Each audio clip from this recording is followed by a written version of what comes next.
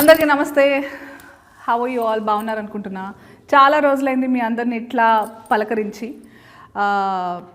Actually చేయలేకపోయాను. ఈ మధ్య నేను ఇక్కడ కూడా అంటే మీ అందరికి తెలుసు నేను కొంచెం ట్రావెలింగ్ చేస్తున్నా. కాకపోతే అట్లా తిరుగుతూ ఉన్నప్పుడు నేను సినిమాల టచ్ ఉన్నామని ఏం జరుగుతుందని చూస్తే రాజు వెడ్స్ రాంబాయి అనే ఒక సినిమా ట్రైలర్ చూసిన వెంటనే అరే మస్తు సినిమా తీసిండ్రు డైరెక్టర్ శైలు గారు అండ్ సినిమాటోగ్రఫీ బేగ్ గారు మస్తు తీసిండ్రు. లిటిల్ హార్ట్స్ అనే సినిమా తర్వాత మళ్ళా మంచి సినిమా స్టోరీ పట్టుకొస్తున్నారు అని అనుకుంటున్నా క్రమంలో పోతూ చూస్తే నవ్వులన్నీ నువ్వులైనట్టు ఆ పిల్ల పాపం రాంబాయి వాళ్ళ నాన్న కొడుతున్నాడు, యాసిడ్ పోసుకోమంటాడు. మళ్ళీ ఆ ప్రేమించిన రాజుగాడేమో ఫస్ట్ చాలా మంచిగా చూసుకుంటా తర్వాత కొట్టడం స్టార్ట్ చేసింది చున్నీ లేదని.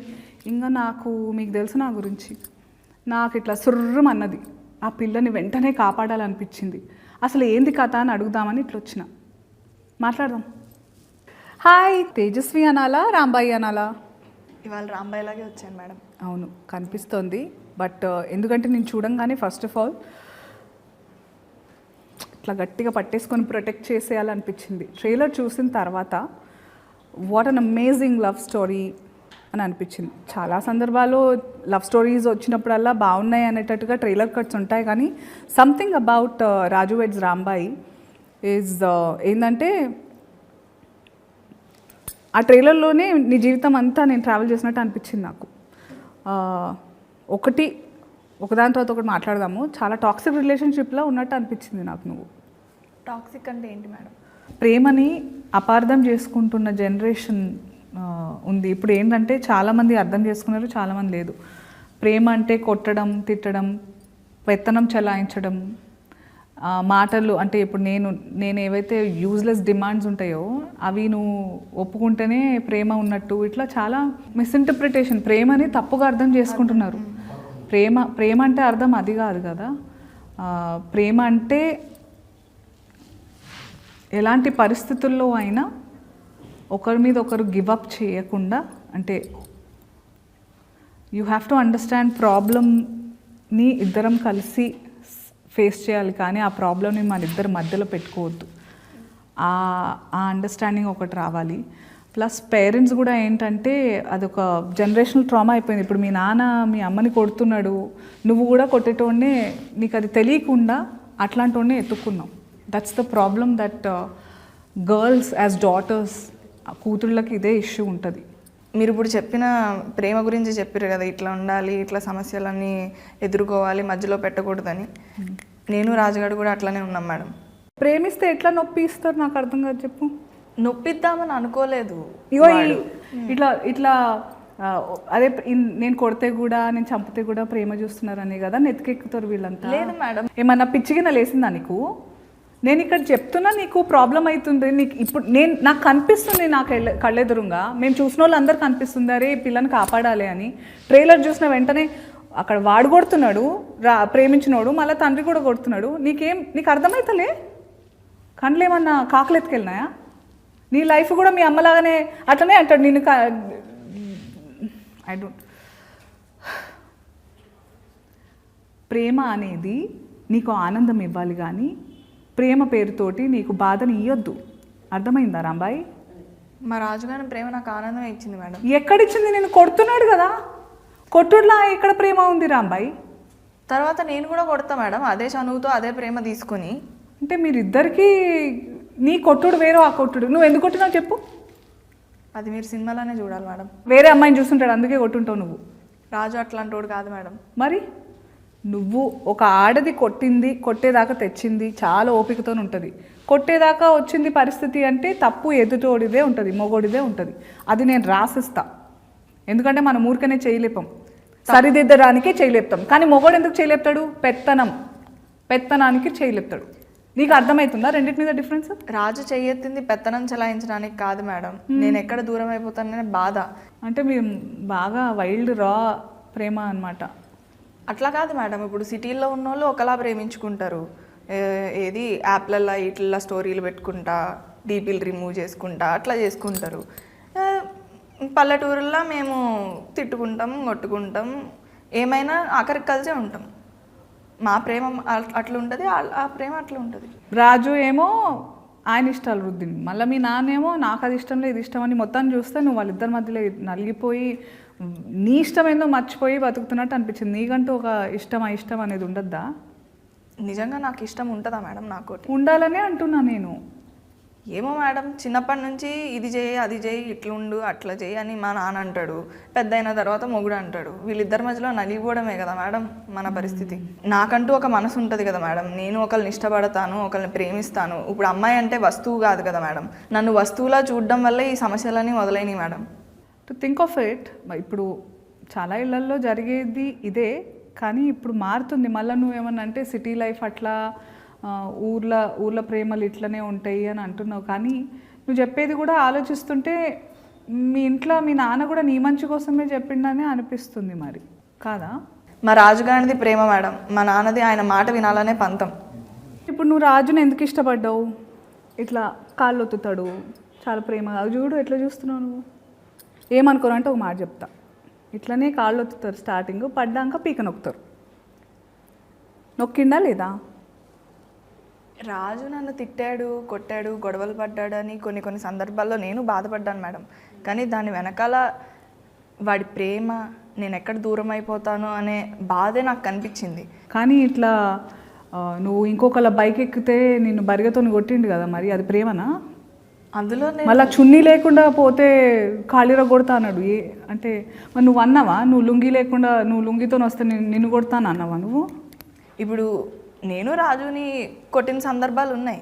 ఇప్పుడు మీరున్నారు కదా మేడం, మీ ఆయనతో మీరు ఎప్పుడు గొడవలు పడలేదా, కొట్టుకోలేదా? కొట్లాడుకున్నాము. ఇక్కడ టాపిక్ నాది కాదు, ఇంకా పాలు పొంగినాక ఏం చేయలేము. కానీ ఇప్పుడు నీ గురించి మాట్లాడదాం. ఇప్పుడు మా రాజు ఏది చెప్పినా నా మంచి కోసమే చెప్తాడు, నేనేది చెప్పినా ఆడి మంచి కోసమే చెప్తానని మేమిద్దరం నమ్ముతాం. అది మా ప్రేమ కదా, మిమ్మల్ని అట్లా ఉండమని చెప్పట్లేదు. నేను కొట్టాలనిపిస్తుంది మిమ్మల్ని చూస్తుంటే. బుర్రుందా? చున్నీ వేసుకోకపోతే వేరే వాడు బైక్ ఎక్కితే మా ఊర్లలో నన్ను ఎట్లా చూస్తారో వాడికి తెలుసు మేడం, అందుకే చెప్పిండు. నువ్వు ఊరిని ప్రేమించినవా, రాజుని ప్రేమించినవా? వాడు నా మంచి కోసం చెప్పిండు మేడం. నీ మంచి నీ బట్టలలో ఉందా? నీకు నా గురించి తెలుసా? నేను అన్ని రకాల బట్టలు వేసుకుంటా, నాకు ఇష్టం, నేను అందంగా ఎన్ని ఉంటే అని వేసుకుంటా. మా ఆయన దాని ప్రకారం నన్ను ప్రేమించిండు అనుకుంటున్నావా? మీరుండే సిటీ వేరు, మా ఊరు వేరు కదా మేడం. రాజు వేరు, మీ ఆయన వేరు. మళ్ళీ ఏమన్నా అంటే ఊరు అంటావు, అందులోనే మరి ఉంటావా? నీకు సిటీకి రావాలని లేదా? లేదు, రాజు ఎక్కడుంటే నేను అక్కడే. రాజు సిటీకి వస్తే నేను సిటీలో నీలాంటి ముద్దుగుండే పిల్లల్ని, ఇంత పద్ధతిగా ఉండే వాళ్ళని మస్తు మంది చూస్తారు. అప్పుడు తప్పు వాళ్ళదవుతుందా నీదవుతుందా? రాజుతో కాకుండా ఒక్కదాన్నే బయటికి రావడం నా తప్పే అవుతుంది కదా మేడం. ఇట్లా తయారైనవింది నీకు. అసలు సిటీ అంటావు కానీ సిటీలో కూడా ఎంత మంచి ఆడవాళ్ళు ఉంటారు, ఎంత మంచి ఆలోచనలు భావాలు ఉంటాయి. అదేదో మనందరం కలిసి మగోళ్ళకి శత్రువు అయినట్టు నేను మగజాతికి శత్రువులాగా మాట్లాడతలేను. కానీ ఇట్లాంటి వాళ్ళు ఉన్నారు కూడా, వాళ్ళకి అర్థమవుతలేదు ప్రేమ అనేది ఏందని. ఇప్పుడు మంచి రచయితలు ఉన్నారు మన దగ్గర, మంచి ఈ సినిమాలలో చేసే ఆడపిల్లలు కూడా ఈ మధ్య మంచి మాటలు మాట్లాడుతున్నారు. మంచిగా అంటే అందరికీ ఆడపిల్ల అంటే ఆమెకి ఎట్లాంటి ఫీలింగ్స్ ఉంటాయి, ఏమేమి బాధలు అనుభవిస్తుంది, ఒక మొగోడు జీవితంలో రాకుండానే మస్తు బాధలు ఉంటాయి మనకి. నువ్వు ఆడదానివి కదా, అవునా కదా? మనకి పీరియడ్స్ వస్తాయా? దానివల్ల ముందు తర్వాత ఎంత మనకు అర్థం కాకుండా ఏమేమో అవుతుంటుంది మనకు మనసులో, తిండి విషయంలో కానీ, ఆలోచన విషయంలో కానీ, బట్టల విషయంలో కానీ, వాతావరణం విషయం కానీ అన్ని ఎఫెక్ట్ అవుతుంటాయి మనకి. ఇప్పుడు మనం పడే బాధలు మనం పడతాం మేడం, వాళ్ళకుంటాయి. వాళ్ళకి ఏముంటాయి రా అబ్బాయి? ఇప్పుడు చదువుకోలేదని, చున్నీ వేసుకోలేదు, నా పోరి చున్నీ వేసుకోలేదు అనే బాధ, అదొక బాధ. మనకుంటాయి వాళ్ళకుంటాయి. ఇప్పుడు చదువుకోవాలని, సంపాదించాలని, కుటుంబాన్ని చూసుకోవాలని, ఏం సాధించకపోతే మగోన్లా కూడా చూడరు, ప్రేమించిన అమ్మాయిని పెళ్లి చేసుకోలేరు. ఇట్లా వాళ్ళకుండే సమస్యలు వాళ్ళకుంటాయి, మనకుంటాయి. ఆ బాధలకి ఇవన్నీ బాధలు మనకుంటూ ఇంకా ఈ బాధలు కూడా ఉంటున్నాయి కదా రాంబాయ్. వాళ్ళకి మొన్న ఒక పిల్ల మంచిగా అడిగింది, ఈ పీరియడ్స్ అనేవి మొగలకు కూడా రావాలి అని. అట్లా కాదు మేడం, ఇప్పుడు మనకుండే బాధలు మనకుంటాయి, వాళ్ళకుండే బాధలు వాళ్ళకుంటాయి. సరే కానీ అంత ప్రేమించిన అన్నావు, మరి అంత బాధ ఎందుకైంది? ట్రైలర్లో చూసిన నేను. ఇక్కడ నా ప్రేమ కథకు ప్రేమే అతిపెద్ద శత్రువు మేడం, ప్రేమే శత్రువు. మరి అట్లాంటప్పుడు ఎందుకు రాజుని ప్రేమించినవో? రాజుగాన్న నేను అడగగానే బ్యాలెన్స్ చేయిస్తాడు, నాకు పానీపూరి తినిపిస్తాడు, ఆటోలలో రోజు తిప్పుతాడు, నేను అడిగానని చెప్పి బిట్లు చూడ్డం ఆపేశాడు. నా కోసం నేను ఎన్నిసార్లు అడిగినా బ్యాండ్ కొడతాడు. ఇంకెంతకన్నా ఏం కావాలి మేడం? బ్యాండ్ కొట్టేవాడుని ప్రేమించేసినావు నువ్వు, మళ్ళీ పైగా బ్యాండ్ కొడుతూనే ఉండు, పెళ్లి చేసినప్పుడు కొడుతూనే ఉండు, పిల్లలు పుట్టినాక కూడా కొడుతూనే ఉండు బ్యాండ్ అని అంటున్నావు. బ్యాండ్ కొట్టినట్టు నేను కూడా కొడుతున్నాడు మళ్ళీ. మీరు ఊకే ఎన్నిసార్లు అయినా అటే వస్తున్నారు మేడం. మేమిద్దరం అంతే, అదే చెప్తున్నాను. కొట్టుకుంటాం, తిట్టుకుంటాం, కలిసిపోతాం. ఇట్లా దీన్ని నార్మలైజ్ చేస్తే మళ్ళీ తర్వాత ఏడ్చి. మీరు చెయ్యొద్దు, మిమ్మల్ని చేయమనట్లే కదా మేడం, మా ప్రేమ గురించి నీకు కనిపిస్తలేదు రాంబాయి ఏమైతుందో నీతోటి. నువ్వు ప్రేమ అంటున్నావు కానీ నువ్వు బాధలో ఉంటున్నావు కదా. నేను బాధపడట్లే మేడం. మరి వాడితో ఉన్నంత ఆనందంగా నేను ఎవరితోనూ లేను. నేను చూస్తే నాకు ఏమనిపిస్తుందంటే, ఇంగ్లీష్లో ఒక సామెత ఉంది, too much understanding invites disrespect. అంటే నిన్ను ప్రేమిస్తున్నా అనేటోడు ప్రేమ అప్పటిదాకానే బాగుంటుంది. నీకు ఏమన్నావు, ఫోన్ బ్యాలెన్స్ అడగంగానే పెట్టిండు, నేను అడిగినవన్నీ తినిపిస్తాడు, నన్ను ఆటోలో తిప్పిండు, నచ్చకపోయినా ఆటో జాబ్ చేసిండు. ఇవన్నీ జీవితాంతం చేసే ఏమంటారు, కమిట్మెంట్ ఉండాలి, సంకల్పం ఉండాలి. అది మగోళ్ళలో మ్యాక్సిమం లేదు, నీకు చెప్తున్నా ముందే. రాజు అందరు మగోళ్ళ లెక్క కాదు మేడం. దేవుడా, పేరుకు మాత్రమే రాజు అని పిల్లకి ఎట్లా చెప్పాలి నేను? నువ్వంటే ఆ గౌరవము, ఆ జాగ్రత్త, ఆ కేర్ అనేది ఉండుంటే నీ మీద కట్టెతో కొట్టుడు కాదు కదా, చెయ్యి కూడా లేపడు, గొంతు కూడా లేపడు. ఏమో మేడం, నాకు అవన్నీ తెలియదు. రాజుగాని ఏం చేసినా నాకు ప్రేమే కనిపిస్తుంది. సరే, ఇప్పుడు స్టార్టింగ్లో నువ్వు ఏమన్నావు, మీ రాజుగాడు నీకు అడగంగానే బ్యాలెన్స్ వేసిండు, ఆటోలో తిప్పిండు, గప్చుప్లు తినిపించిండు అని అన్నావు. మరి ఇంత చేసినప్పుడు ప్రాబ్లం ఎక్కడ స్టార్ట్ అయింది? మా నాన్నకు తెలిసినాకనే స్టార్ట్ అయినాయి మేడం అన్ని ప్రాబ్లమ్స్. కులం, గోత్రం అట్లాంటి ప్రాబ్లం ఉండేనా? లేదు మేడం, కులము ఇట్లాంటివేమి మా ప్రేమకు అడ్డు కాదు మేడం. మరి ఎందుకు ఒప్పుకోలేదు మీ రాజుగాడికి నీకు మీ ఇద్దరు ప్రేమని? మరి ఇప్పుడు రాజు 7వ తరగతి వరకే చదివాడు మేడం. ఆయనకి గవర్నమెంట్ జాబ్ రాదు. మా నాన్న గవర్నమెంట్ జాబ్ లేకపోతే పెళ్లి చేయను అంటున్నాడు. ఎట్లా సాగుతాడు అనుకున్నావు? సాగుతాడు మేడం. ఇప్పుడు మా అమ్మ మా నాన్నని గవర్నమెంట్ జాబ్ ఉందని చేసుకున్నది. లేదు, మా తాత మా నాన్నకి గవర్నమెంట్ జాబ్ ఉంది కాబట్టి మా అమ్మ సుఖంగా ఉంటుంది అనుకుని పెళ్లి చేశాడు మా నాన్నకి. కానీ నేను ఇప్పుడు వచ్చైతే మా అమ్మని సుఖంగా ఉండడం చూడలేదు. ఇప్పుడు నేను సుఖంగా ఉండాలి, నన్ను అర్థం చేసుకునేవాడు కావాలి, గవర్నమెంట్ జాబ్ ముఖ్యం కాదు, రాజు లాంటోడు కావాలని అనుకున్నాను. అది ఇప్పుడు నాకు ఒక ఇష్టం ఉన్నది, నేను ఒక దాన్ని ఇష్టపడుతున్నానని మా నాన్ననే కాదు, ప్రతి ఆడపిల్ల తల్లిదండ్రులు వాళ్ళ అమ్మాయి ఇష్టాల మీద, వాళ్ళ ప్రేమించిన వాళ్ళ మీద పెట్టిన నమ్మకాన్ని అర్థం చేసుకోవాలి కదా మేడం. రాజు గురించి తెలిసే ముందు మీ నాన్న నీతో ఎట్లుంటుండే? ప్రేమ లేకుండే? అంత సీరియస్గా ఇప్పుడు ట్రైలర్ చూసిన మస్తు కొట్టి యాసిడ్ పోసుకో అన్నాడు నీ మీద, అంత కోపం ముందు నుంచి ఉండేనా? రాజు గురించి తెలిసిన తర్వాత నుంచేనా? చాలా ప్రేమగా ఉంటుంటే మేడం. మా అమ్మని కొట్టేవాడు కానీ నన్ను నా మీద ఎప్పుడు చేసేవాడే కాదు. అందుకే మా కథకి ప్రేమే శత్రువు. ఇప్పుడు నువ్వు ఏమన్నావు, మీ అమ్మని కొడుతుండే కానీ నిన్ను మాత్రం ఎప్పుడు కొట్టకుండా ప్రేమతో చూసుకుంటున్నా. మీ అమ్మని ప్రేమించినోడు నిన్ను అస్సలు ప్రేమించలేడు. అందుకే కదా మేడం నేను ఇప్పుడు రాజు వెంట పడుతున్నాను. రాజులో నన్ను బాగా చూసుకునేవాడిని చూస్తున్నాను, నన్ను ఇదిగో ఇట్లా కాలొత్తేవాడిని చూస్తున్నాను. కాలొత్తుడు సరే, ఆ తర్వాత మరి బైక్ ఎక్కొద్దని నీ మీద నమ్మకం లేదా? నా మీద నమ్మకం ఉంది మేడం, కానీ మా ఊర్లో ఉండే జనాలు ఎట్లుంటారో రాజుకు తెలుసు.